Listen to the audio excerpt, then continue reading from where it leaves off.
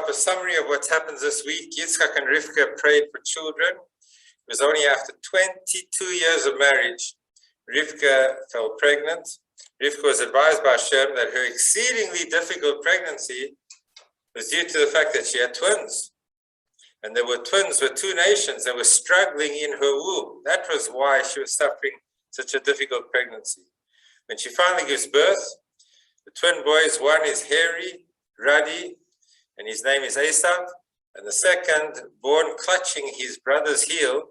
Heel in Hebrew is Akev, so he was called Yaakov. The one was Esau, one was Yaakov. Esau became a hunter. We're jumping the gun a bit. Yaakov was an honest man who frequented the schools of Torah.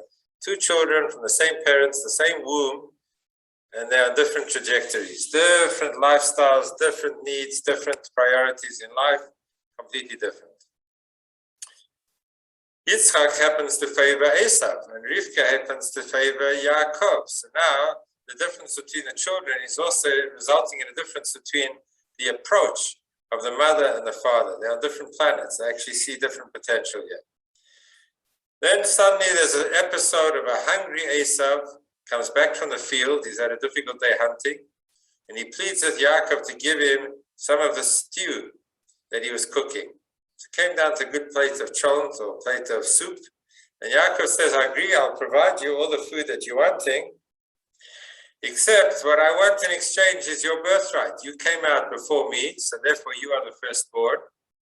So I want to exchange the firstborn rights and I'll give you the soup. Believe it or not, Esau acceded to his barter. In fact, he said, Lama zeli bachara, what do I need this firstborn right for? I don't practice any of these laws anyway. What's the benefit to me? Whereas a plate of soup has a benefit. Right now I'm hungry, so I don't mind giving up a lot for a little. It just showed how much he valued it. Then Yitzchak escapes the famine of Canaan by traveling to Egypt via the land of Plishtim, which is round about Gaza nowadays. Hashem told him to remain in Plishtim, and that he would receive all the blessings Hashem had promised to Abraham. When the Plishtim inquired, now this is like a repeating story. Abraham had it with Paroi, and then he had it with Abimelech, and now we got the Plishtim doing the same thing. When they inquired about his wife, he told them that she was his sister, fearing that otherwise the Plishtim would kill him in order to take Rivka. So if he's a brother, so then they can just take the woman against the rights of the brother. But if she's married, so that makes a much bigger complication. You got to get rid of the husband. So then Yitzchak would be in danger of losing his life. Abimelech, the king of Plishtim, notices that Rivka was in fact Yitzchak's wife, not sister. And he reprimands Yitzchak and he says, how dare you do this to my people, to me? You almost brought a terrible sin upon us. The fact that we were ready to kill you and to take a woman forcibly against her will into the palace. Nobody's mentioning that. But how dare you misrepresent yourself as a brother when you're really a husband? You almost caused my decision to kidnap this woman to be more grave a sin. He didn't see any problem in himself, only in Yitzchak. Then Yitzchak sows crops in Plishtim, and he miraculously harvested 100 times more than the field's normal yield. So if you were playing the markets, this was 100 times more than was expected. Then we have a whole interlude about digging wells. Thank you. He digs a whole lot of wells.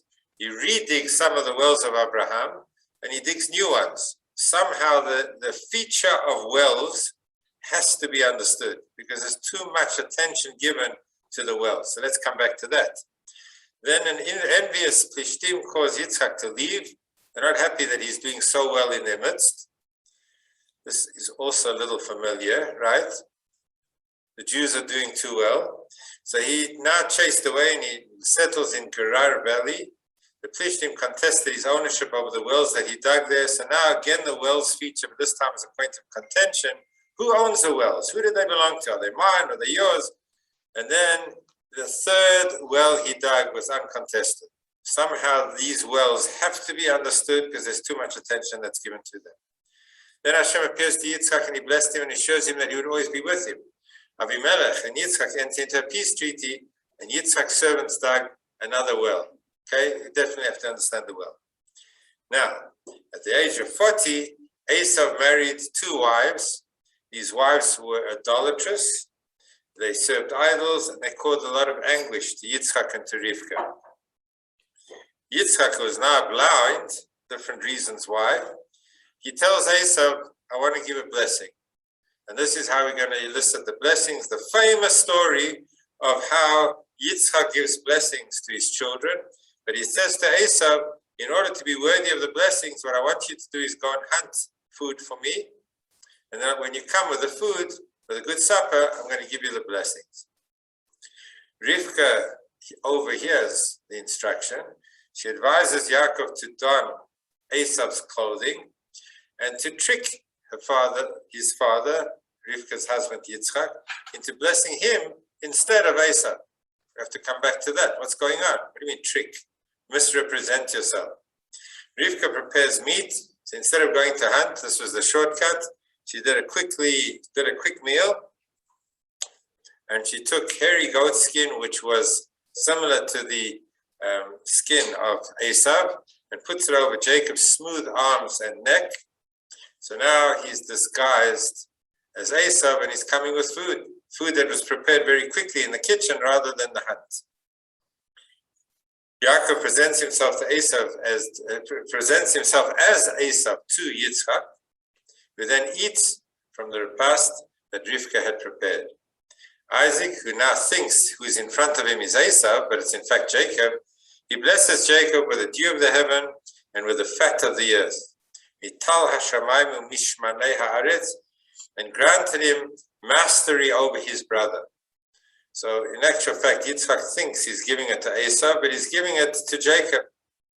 We have to understand this. This is like such a charade. Now Esau arrives from the field. He's finally been successful with his hunt, and he's only now to be informed that everything's gone awry. His father has actually already eaten and now understands what transpired. That the blessing that was meant for him was already given to his younger brother. Esau was furious. And Yitzchak comforts him with a minor blessing. But Esau was determined to kill Yaakov. In fact, what happens, very strangely, we're going to have to come back to this episode, Yitzchak says, Gam baruch yiyeh. True, I've given it to the son that I didn't think I was giving it to, but now that everything has emerged the way it has, Gam baruch yiyeh, I re-endorse the blessing that I gave. The blessing that I gave by mistake to Jacob instead of that to Esau, I endorse that and say that's in fact what I want. And now Esau is determined to kill Yaakov. Rivka asks Isaac to send Jacob to Haran to find a wife. Yitzchak did so and blesses Yaakov again. So Yaakov has to leave the scene because now he's got a brother who's wishing to kill him. Yitzchak sent Yaakov to his brother-in-law Laban's home, the same home where Abraham had sent his trusted servant Eliezer last week. This is now the next generation to marry one of his daughters. No messenger was sent, but Jacob himself was sent to find one of the daughters of the family in Haran and to marry her. Esau marries again, this time to Machalat, the daughter of Ishmael. So there's a lot of family connections. And that is the storyline of the portion. What is going on in some of these details of the storyline and how do we make sense of it? The opening line, L'chaim everybody, L'chaim. The opening line of this week's portion is Isaac, the son of Abraham. Abraham fathered Isaac. In Hebrew, Ele Toldot Yitzchak ben Abraham. These are the generations of Yitzchak, the son of Abraham.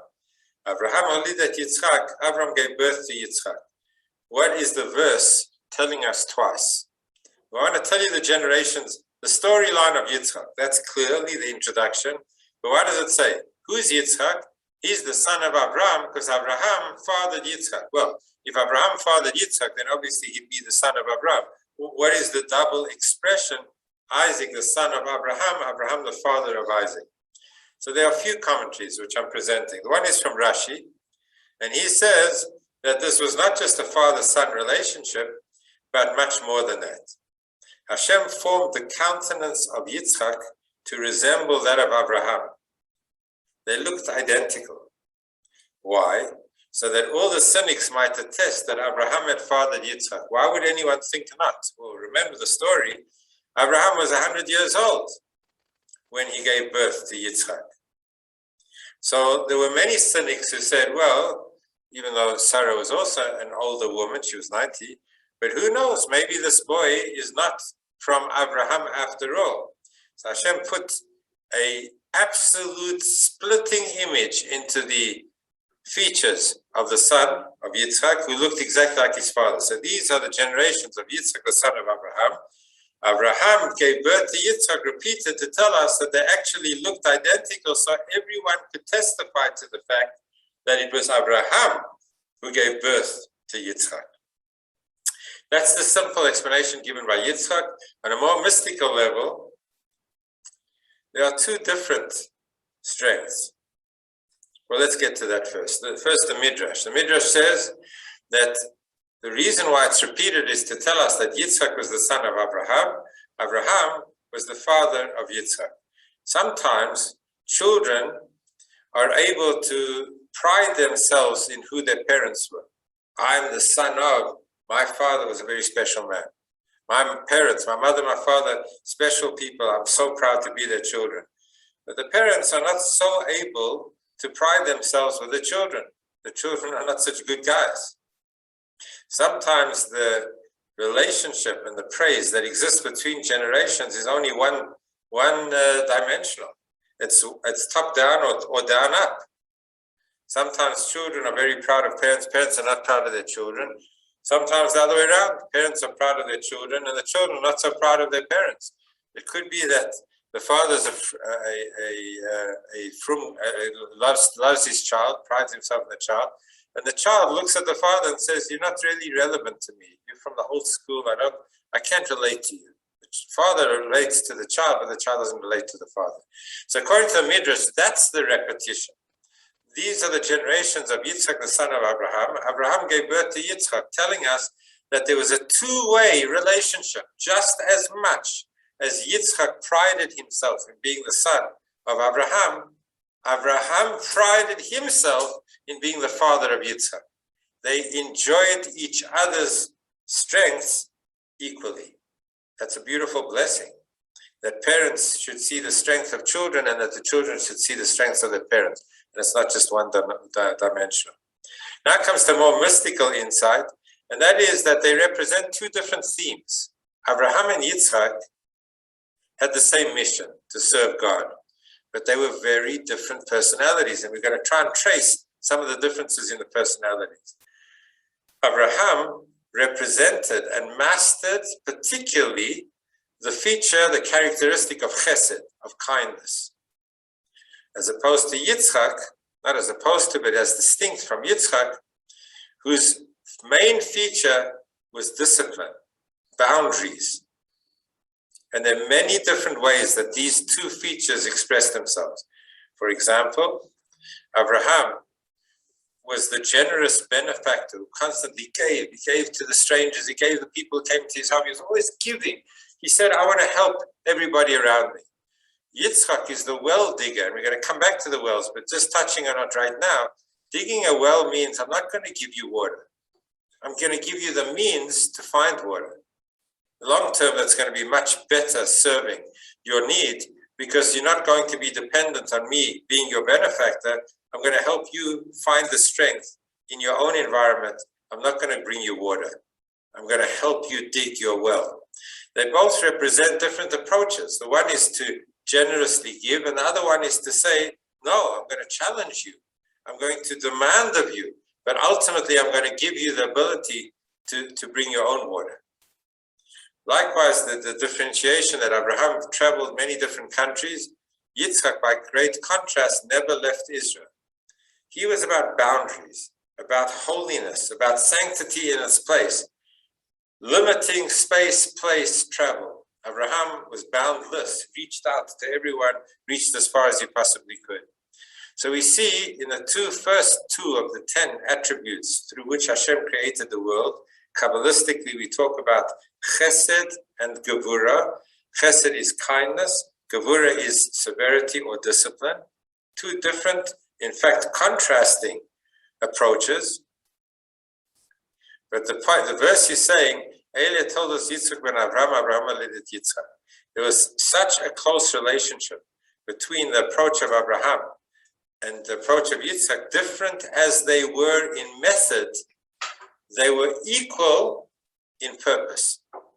Both wanted to achieve the exact same end result, which was to touch people meaningfully, to bring monotheism to the world, to make the world a better place. So both approaches had the same goal. And that's why the verse says it from both sides. Abraham featured Yitzchak, Yitzchak featured Abraham. Both these different approaches had the same identical goal. The first explanation said they were identical in the way they looked on the outside. Now we're saying at a deeper level they were identical in the way they looked on the inside. Different as they were in their approach, that is how closely they resembled one another in their mission and in their purpose. Continuing to the next verses, it says that Rivka felt that she had a terrible pregnancy because there was just, she couldn't handle what seemed to be an absolutely impossible to tolerate pregnancy. The Midrash says that whenever she passed by a house of prayer or a house of study, Yaakov would struggle to come out. When she passed the house of idol worship, Esau would struggle to come out. Also, they were struggling between themselves, fighting over the inheritance. There was conflict. But she wasn't sure, she didn't know that she had twins. She thought she had a schizophrenic child in the making. This kid that's going to come out doesn't know what he wants. He wants this and he wants that. He wants the idols and he wants God. What kind of child is this? So when she went to ask advice, she was told that Shnei Goyim bebitnech, you in fact have two different children, there's twins, and they're destined for two different directions. Maybe that wasn't such pleasant news for her to find out, but at least it made it now abundantly clear that she wasn't having a child that was schizophrenic. There were two children, and there was going to be conflict, and there was going to constantly be this interplay of one being stronger than the other, as we'll soon see. But Rivka was comforted at least in knowing that it's two different people rather than the same person. Schizophrenia is a much harder thing to deal with than conflict between people. And as it continues to say, one nation will struggle against the other. They will never be equal, like a seesaw.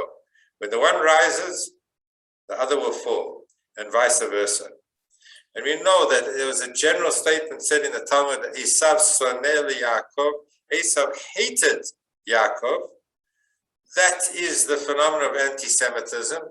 In case anybody thought that in our new golden Medina of America, we can put to rest all of the anti-Semitism that raged through Europe so many years ago, you must have read the story this week in the University of Washington, that a shul was broken into, a Torah was taken out and desecrated with detergent and ripping and tearing and causing the desecration of that which is holy to the Jewish people. No benefit to the person who did it, just simply a statement of anti-Semitism. We're not talking about what happened in Europe. We're not talking about what happened in the pogroms. We're talking about what happens in Washington, in the United States of America this week. So we've got to know that there are enemies of the Jewish people, and we've got to be aware of it. And generally, when we are strong as Jews, we know our identity, we know our purpose, we know our goals, then we're on top, and then the enemy is diminished. But when we are weak as Jews, we give strength to the other side of the seesaw. It's never in equilibrium. There's always in opposite directions. And this started from the womb of Rivka, carrying two children with different destinies and different purposes. And that was what was explained to her about this difficult pregnancy that she had. Then the verse continues to say that Yitzchak, he loved Esau. Kitzayit befiv. The verse says, why did Yitzchak love Esau? Because there was game, there was hunt, in his mouth. Simple meaning means that he was happy that he was a hunter. But the Midrash explains, what does it mean there was hunt in his mouth? Not just as we would understand it, that he was proud of him being a hunter. He hunted with his mouth. He was deceptive. He misrepresented himself to his father. As the Midrash says, Esau would arrive and deceive his father with his mouth. How? He would inquire of his father. He would ask him very religious questions. And from the question he implied, I'm such a tzaddik, I'm such a good guy, look where I'm at. I'm asking these intricate questions. But it was all a ruse. It was all misrepresenting what he was really up to. What would he ask? For example, says the Midrash, he would say to his father, how do you take the tithe, the tenth that we owe? How do you take it from salt? We've heard about salt taxes, right? But the Torah doesn't talk about a salt tax. The Torah talks about produce. And 1/10 of the field that you produce, the wheat that you produce, 1/10 of your earnings has to be given to tzedakah. But it's produce. Nothing is said about salt. So the Midrash said that Esau came to his father and he said, I want to tithe my salt. That's way beyond the letter of the law, much more than anything. And the father got the impression, wow, my boychik, what a holy kid. Look what he's asking. Look what kind of questions. Can you imagine? He's carrying his pictures to all the neighbors on his iPhone and showing off. Look at my child, Esau. He asked me questions about tithing the salt. Father, how does one tithe the straw? Straw is an animal fodder. It's not considered produce that is fit for man consumption, human consumption. So straw also doesn't have to be tithed. So he didn't come to ask about the stuff that had to be tithed. He came to ask about two types of items that we own, straw and salt, which don't need to be tithed. And he would ask his father piously, how do I go about tithing my salt and my straw? And Isaac would muse, this son of mine, how diligent he is in the fulfillment of commandment. He's such a holy guy. Look at it. So Hasidus always tries to find a deeper understanding in what's going on. Why does the Midrash choose salt and straw? And what message is there in our life messages that we're trying to take? What does straw and salt represent? So Hasidus explains, the mystical teachings explain that salt has many qualities, many special qualities. 3 in general. Salt perfects. How does it do that? It in fact separates. We use salt to take the blood out of the meat that we're salting. Salt has the capacity to perfect by taking out the impurities and leaving the pure substance behind. So salt has the ability to differentiate, to separate the bad from the good. Secondly, salt adds taste. That's why we use salt when we put salt in the soup. And salt has the capacity to preserve. In days before refrigeration, they would salt their meat so that the meat would not go bad. So salt had a capacity to preserve. And all of these represent realms in life of perfection. That which is the Torah. The Torah perfects. The Torah is able to discern, to divide between what's right and what's wrong, to clarify what is appropriate and is not appropriate. The Torah has the ability to add meaning to life, to add to life the taste of meaningful living.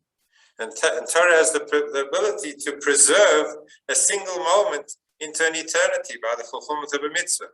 So salt represents the Torah, that which is godly. Why don't we need to tithe the salt according to this representative salt representing the Torah? The Torah doesn't have to be manhandled. Torah is perfect. You have to tithe in order to ensure that what you leave behind is perfect, but you don't need to tithe the Torah. It means an attitude that I'm coming here to perfect the Torah. to reform the Torah, to enhance the Torah, to add changes to the Torah that are going to make it more palatable, because I've worked out how to make the Torah better.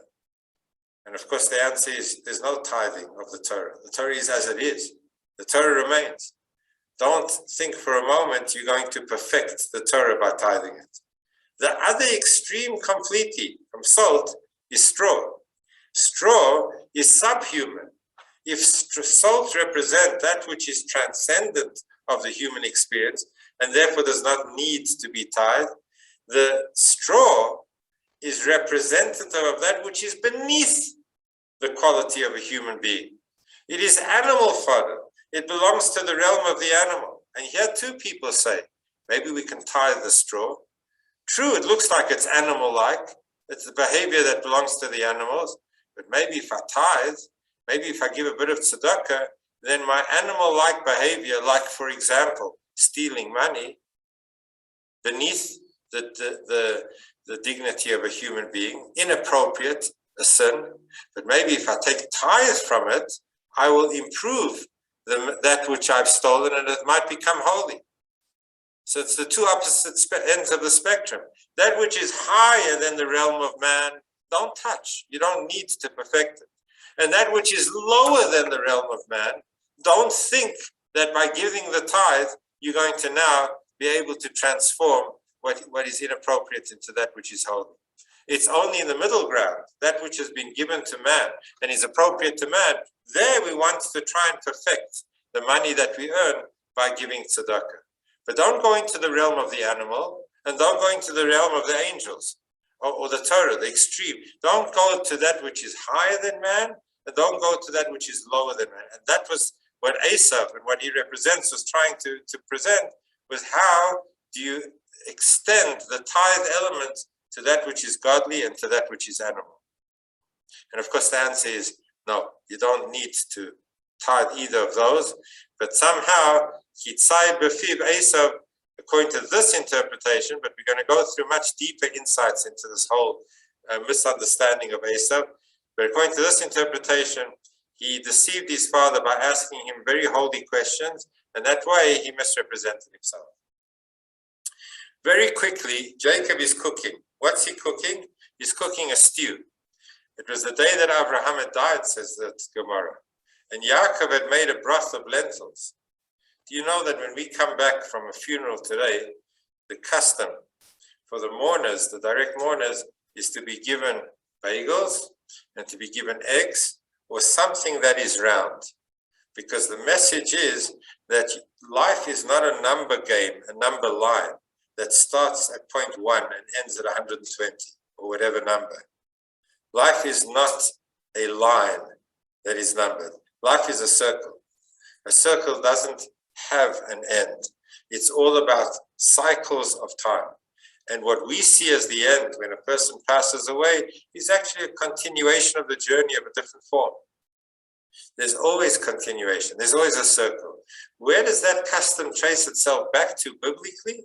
That mourners eat that which is round, like bagels or eggs. In this case, it was lentils. That's what the verse says he was cooking. And why did it have to tell us he was cooking? It was because he cooked lentils, because it was a time to comfort his father Isaac, because that's the day that Abraham died. Why lentils? Just as the lentil has no mouth, so the mourner is speechless. It has no edge. It's completely smooth. And just as the lentil is round, so mourning comes around to all inhabitants of this world, and life is round in that it's cyclic. It continues even after the point when we seem to see and to sense an end.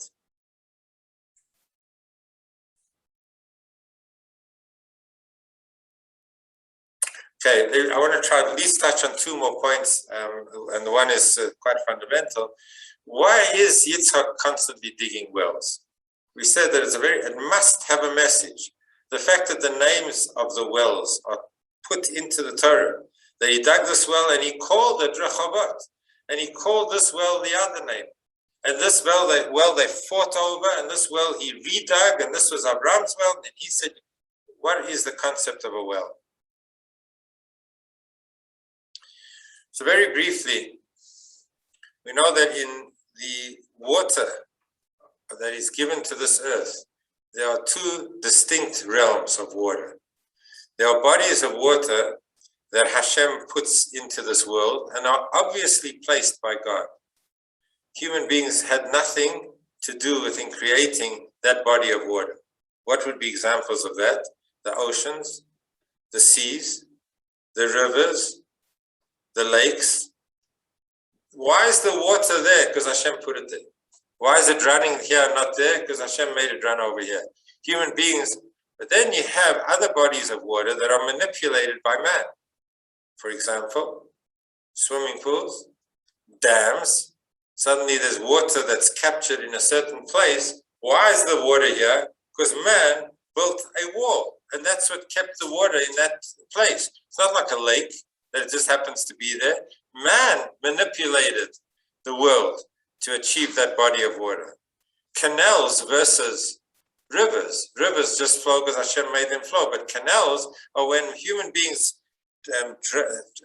cause a canal through, dig a canal, and they connect the Mediterranean with the Indian Ocean. Why is there a Suez Canal? Not because Hashem put a Suez Canal there, because human beings did it.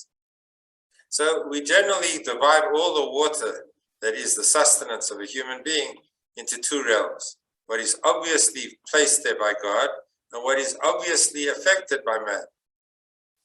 And then comes the well. What is the well? The well is a shaft that is dug by a human being to access the spring that is beneath the crust of the earth. So you have what Hashem's giving us, an infinite amount of chesed, of kindness from Hashem, that's not accessible because it's beneath the crust of the earth. And although the water to get there might have gone many, many kilometers through the bowels of the earth, cleansing and closing and filtering to the point that it's now this beautiful mountain spring, but you can't drink from it because it's beneath the crust of the earth. And by digging the last 50 meters, you suddenly access the water, and now you can drink of the water. So it is the interface. It is the effort of the human being that accesses the gift of Hashem. It is the mastery of this world in realizing that it comes from Hashem, but it's accessed through the effort of a human being. That's one of the themes of the well. And Yitzchak, as we said, distinct from his father Abraham, who was so kind and said, just take water, whatever you need, just tell me, I'll send you water. Send you a truckload of water, it's no problem. Yitzchak said, we have to put in the human effort to access the infinite force of Hashem. So the well, which is the place where the Shidduchim took place, we know that Eliezer met Rivka at the well. Jacob meets Rachel and Leah at the well. Moshe Rabbeinu meets Tzipporah, his wife, at the well. We constantly have the well featuring in very important junctures of the history of our people. And the inner message is saying that it's precisely the well that is symbolic of harnessing human energy to access force and power much bigger than human potential, godly strength. So we can't fold our hands and say, Hashem's going to provide, everything's going to be taken care of by Hashem. And we can't think that we ourselves can forge our future. We have to work in partnership with Hashem, and the well represents the partnership. It also represents, on a more simple level, digging deeper into ourselves. We sometimes think we know ourselves, and we need to dig. We need to dig deeper and deeper, and we can find a reservoir of strength that we might have been blissfully unaware of. And many of the challenges of life are there to help us discover the water that lies just beneath the crust of the earth. That's the symbolism of wells, and I would need to carry on so that we can at least cover such a major topic as the debates between Rivka and Yitzchak. Who is the son? Who is the worthy son? Yitzchak saying the worthy son is Esau, and Rivka And we always see that there's more intuition in the woman than in the man, in the wife than in the husband, into people. They have much, much greater natural intuition. Rivka says, no, it's Yaakov. But how did Yitzchak miss it? Was it so simple that he misrepresented himself and asked such holy questions? And Yitzchak, a father, is completely unaware of what planet his son is on. We have parents that don't know where their children are. Not physically and not emotionally. There's no connection. But God forbid to think that of Yitzchak. Yitzchak was a father who loved his children. He knew. How could he not know that Esau was the wild one and Yaakov was the timid one and the gentle one? And furthermore, why does Yitzchak say, you know what the key to the blessings is? I want to give you the blessings. What should you do for the blessings? You could have said to him, I want you to recite 100 verses of Torah. I want you to go and do 10 acts of kindness. What does he tell him to do? To go and hunt. And as a result of him bringing food, I'm going to have a nice supper, good dinner tonight, Rebekis off the braai, then I'm going to give you the blessings. How could that be the key to the blessings? Which blessings? The blessings that are spiritual, that are the destiny of his progeny, of the promised people, the promised land, the future of the world being spiritually elevated is going to be dependent on an act. What act? The act of a hunt. Go and find me food. This is so absurd to try and explain by just looking at the simple meaning of the verses. So what is going on? So I must say the argument between Rivka and Yitzchak was a much, much deeper argument. We must say that both Rivka and Yitzchak knew their children. They knew that this one sits in the study halls and this one is a hunter. The question was, what is the basic ingredient that we can build on to find the perfection of the progeny of our family? Who's going to continue our family? Rivka argued that look at this holy child, Yaakov. He's got such spiritual potential. He has such an ability to bring spirituality into the world. The next generation and the future of our family has to be through Yaakov. And Yitzchak said, what is the downside of Yaakov? He's naive. He's not going to know how to handle a world. If the world was about being on the inside of the tents of learning, if that was what the world looked like, I'm with you. It's Yaakov. He's clearly the right one when it comes to teaching Torah. But this is a harsh world. It's a world that has many conflicts and many difficulties. And there's going to be anti-Semitism. And there's going to be Torahs that are destroyed in Washington University. How's Yaakov going to know how to handle that? All he knows is about sitting in the tents of learning. So I bet, says Yitzchak, on Esau. Obviously not as he is, but if we take the basic ingredient of power and strength, and then we show that that could be used for good, that's the better route to go. So that's the conflict that we're discussing it. If you're saying, how could Yitzchak and Esau and Rivka not talk about the most important issue of their home? They're busy tricking each other. Rivka's tricking her husband. Why don't you go over, sit with her husband and say, let's talk this through. So we're venturing to say that they did 1,000 times. And every time they came to a stalemate. What's better? Do you take a Yaakov and give him the ability to handle a harsh world by giving him a thick skin? Or do you take a Esau and try and give him meaning and purpose and build onto his latent strength? Is the latent quality, the inner quality, the holiness that you superimpose strength on? Or is the latent quality strength that you superimpose holiness on? Which way is it going to be? They argued about this every single day, discussing and trying. And then finally the moment came. And Yitzchak is in this request for food. He is demonstrating to his wife that you could take a wild individual, and if you harness their wildness, their hunt, their desire to kill, and you bring it to purpose, to meaning, to a fruition that can be beneficial. Esau is redeemable. He's the guy to go with because we can give a mission to Esau. And so when he calls Esau and says, go and hunt food, he's saying to his son Esau, do you think that hunting is just for joy, for sport, for having a good time? That's why you go out and kill? I can show you the recipe that you can take that harsh approach of killing and you can use it for a good purpose. You can feed your aged father and you can use the hunt to be beneficial to the world rather than just a waste of your own sport by taking the life of another creature. He was demonstrating to his wife something that he'd spoken about maybe for decades. He was saying to his wife, look, the blessings should be with Esau because I'm going to demonstrate to me, to you, and to, most importantly, to Esau himself, that he could take his wildness and harness it for purpose and for meaning that is productive. Go and hunt and bring me food to eat, and I will thereby demonstrate to you, Esau, you have such potential with your strength. Your strength can be used for good. What does Rivka do?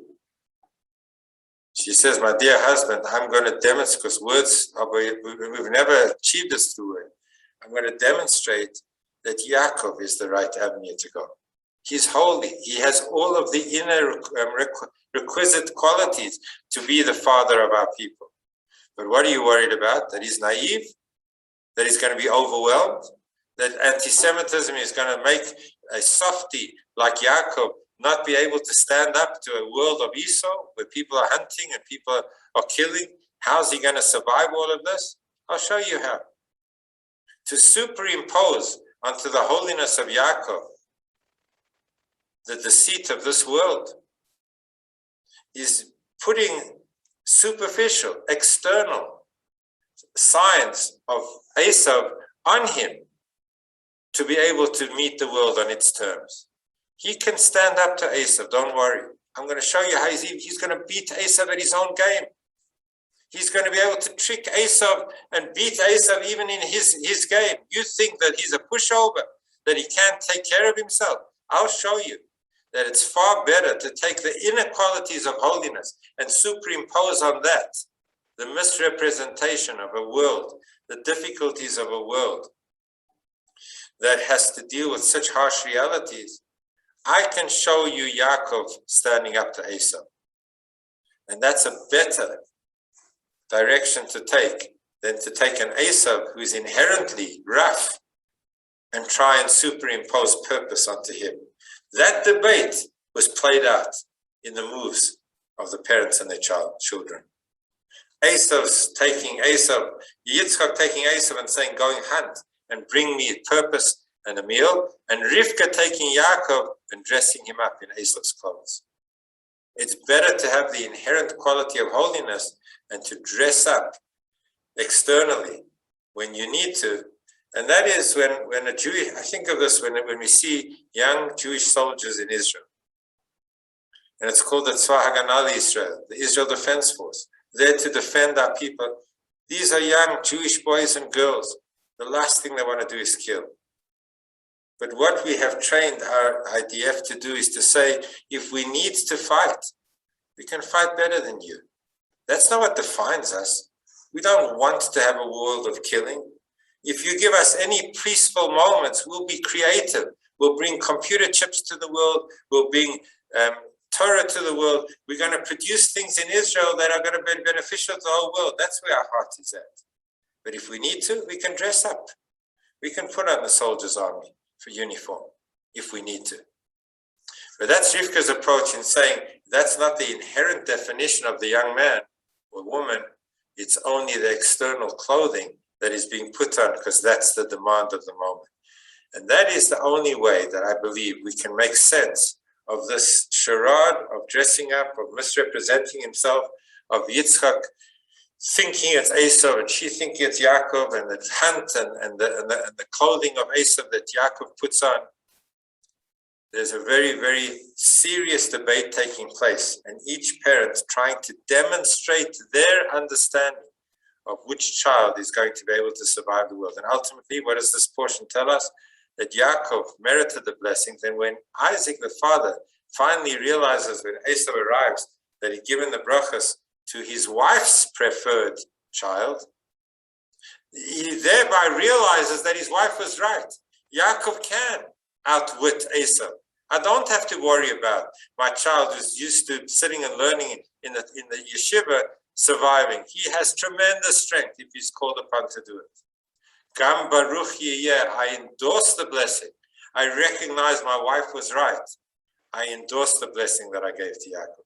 That is how the episode of the blessing ends. There isn't much more time to be able to carry on, but may we only be surrounded by the blessings of Hashem. May we be worthy to receive them. May our inner core be filled of the values of Torah. May we, when we are required, have the strength to withstand the anti-Semitism and the difficulties of the world that we need to confront. Thank you so much for joining. Appreciate you being with us. And have a wonderful week and a beautiful Shabbos. Thanks for joining. Thank you, Rabbi. Thank you, Rabbi. Good night. Good night, everyone. Bye. Good night. God bless you. Bye. Thank you. Thank you, Rabbi. So reading the Torah